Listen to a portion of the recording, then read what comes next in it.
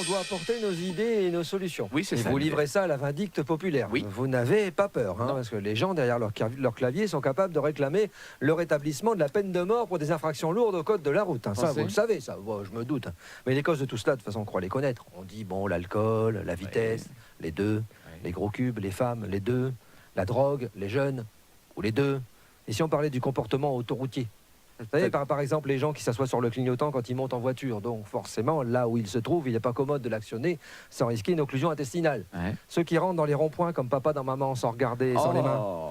Et tous ceux qui croient que le fait qu'ils aient payé beaucoup plus cher leur voiture que vous leur a ouvert des droits supplémentaires sur la route. Ah oui. Alors, en plus de passer son permis de conduire, on devrait régulièrement passer un test de bonne conduite. D'accord. Ouais, pas plus tard que ce matin, en 20 minutes de trajet, j'ai failli mourir 3 fois parce que je croise des automobilistes qui ont passé leur permis sur GTA.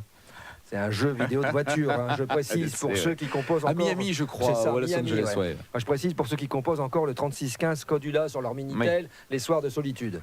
Mais que voulez-vous, c'est plus facile de demander à une population d'arrêter de consommer de l'alcool que d'arrêter de devenir débile en prenant le volant. Prenez un exemple. Ça fait 5 jours que nous traversons un pic de pollution à cause des particules fines qui vont transmettre le cancer à nos enfants à tous les coups. On nous recommande de rouler 20 km/h moins vite. Tout le monde s'en fout. Voilà. C'est à croire que personne n'a d'enfant sur la route. Ce matin, j'ai encore tenté ma chance. Je me suis fait insulter tout le trajet.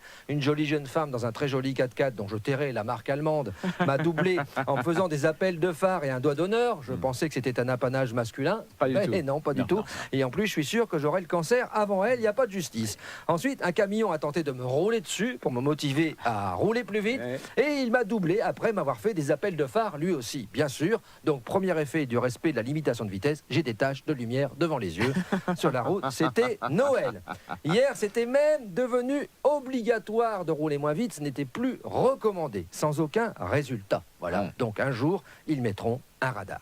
Tout le monde va hurler en disant « ils n'en veulent qu'à notre pognon » et puis on ira voter Front National en rang d'oignons parce qu'avec eux, au moins, tout sera gratuit. Et vous verrez, les oignons, ça pousse. Après, il ne faut pas s'étonner qu'ils soient tentés d'y mettre des trucs. Moi, j'ai une solution. Mettre des dodanes sur l'autoroute. Des dodanes. Des dodanes. À dodane, à 140 au lieu de 110, c'est pas un soubresaut de chochotte.